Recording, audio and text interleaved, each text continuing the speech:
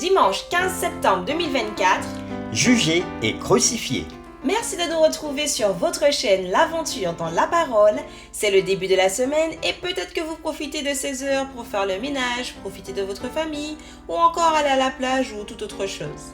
Mais avant tout, vous avez décidé de passer du temps dans la méditation quotidienne, alors nous vous souhaitons une bonne écoute. Notre communauté s'agrandit et c'est grâce à vous. Soyez vous aussi actifs avec nous pour répandre le message et vous pouvez le faire en likant, en partageant le lien. Nous vous invitons à vous abonner si ce n'est pas encore fait pour recevoir les notifications chaque jour. Et pour un confort d'écoute en continu, nous vous proposons la playlist de chaque semaine. Le texte à mémoriser de cette semaine que nous vous invitons à dire avec nous se trouve dans Marc 15, verset 34. Et, à la 9e heure, Jésus s'écria d'une voix forte. « Eloi, Eloi, lama sabachthani » Ce qui signifie « mon Dieu, pourquoi m'as-tu abandonné ?» Nous vous invitons à le redire avec nous, Marc 15, verset 34. Et à la 9e heure, Jésus s'écria d'une voix forte. « Eloi, Eloi, lama sabachthani » Ce qui signifie mon Dieu, pourquoi m'as-tu abandonné ?» Quelle a été l'attitude du Sanhédrin et du souverain sacrificateur envers Jésus avant sa crucifixion?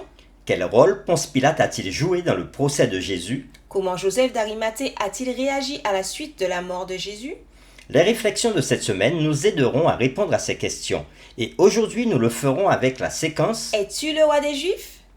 Nous vous invitons à lire avec nous Marc chapitre 15, les versets 1 à 15. Et nous répondrons à la question suivante. Quelle situation ironique y a-t-il dans ce passage? Marc 15, versets 1 à 15. Dès le matin, les principaux sacrificateurs tinrent conseil avec les anciens et les scribes, et tout le Sanhédrin.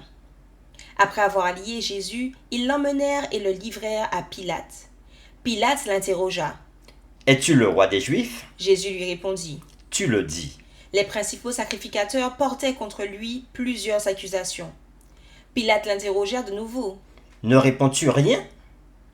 Vois de combien de choses il t'accuse. » Et Jésus ne fit plus aucune réponse, ce qui étonna Pilate.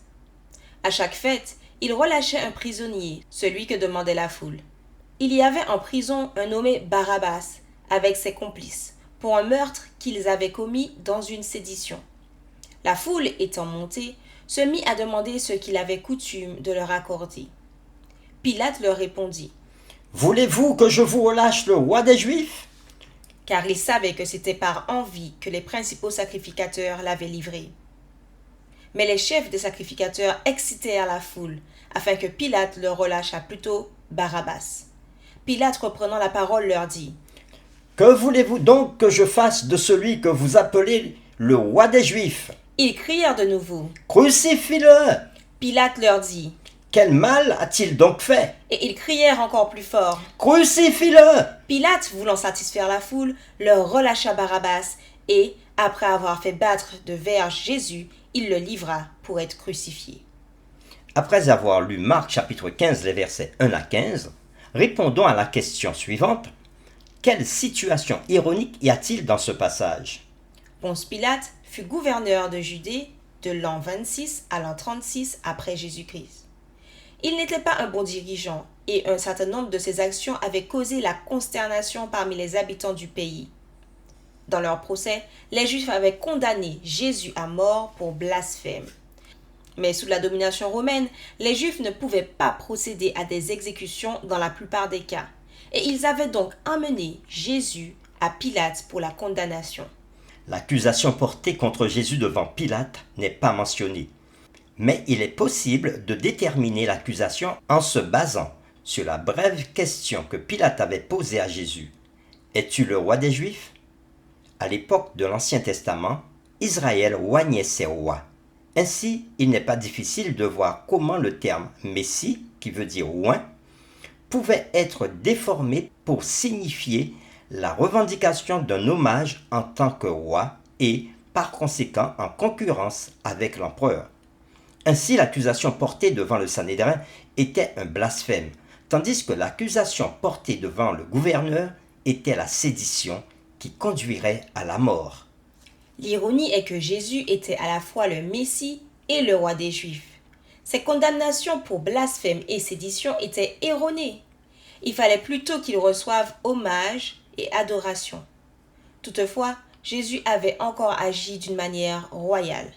Sa réponse à Pilate, tu le dis, est sans engagement. Il n'avait ni nié ni confirmé le titre. Cette réponse peut suggérer qu'il est roi, mais d'un genre différent.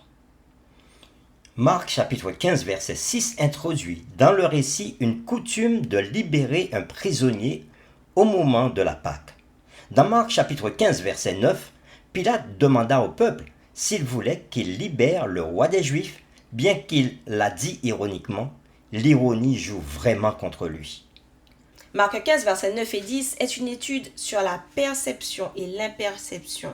Pilate avait perçu que les chefs religieux avaient livré Jésus à cause de l'envie, mais il n'avait pas perçu que, en interrogeant la foule, il livrait le jeu entre les mains des chefs religieux. Ces derniers soulevèrent la foule et appelèrent à la crucifixion de Jésus.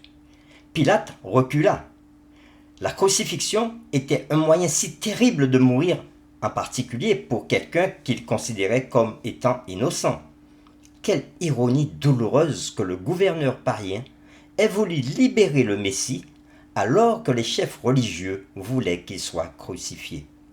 Pour terminer, réfléchissons à cette question. Qu'est-ce qui peut vous empêcher de suivre la foule quand la pression de le faire est si grande? Nous vous invitons à prier avec nous. Père éternel, roi des rois, toi qui règnes sur l'univers, et toi qui as remis toutes choses entre les mains de Jésus, notre Seigneur et Sauveur. Dans ton amour infini, tu as permis que Jésus vienne sur cette terre, afin de donner sa vie. Oui, Jésus a consenti de venir pour chercher des humains, pécheurs, perdus, et pour les sauver. Et nous voyons à travers la séquence d'aujourd'hui, comment, au lieu de reconnaître Jésus en tant que roi et Seigneur et Sauveur, ceux mêmes qui disaient qu'ils te connaissaient, ceux mêmes qui disaient qu'ils t'adoraient, ont livré Jésus pour être crucifié. Alors que celui qui n'avait pas de connaissance de ta parole, en l'occurrence Ponce Pilate, lui, il voulait épargner Jésus, tandis que les chefs religieux ont tout fait pour le condamner.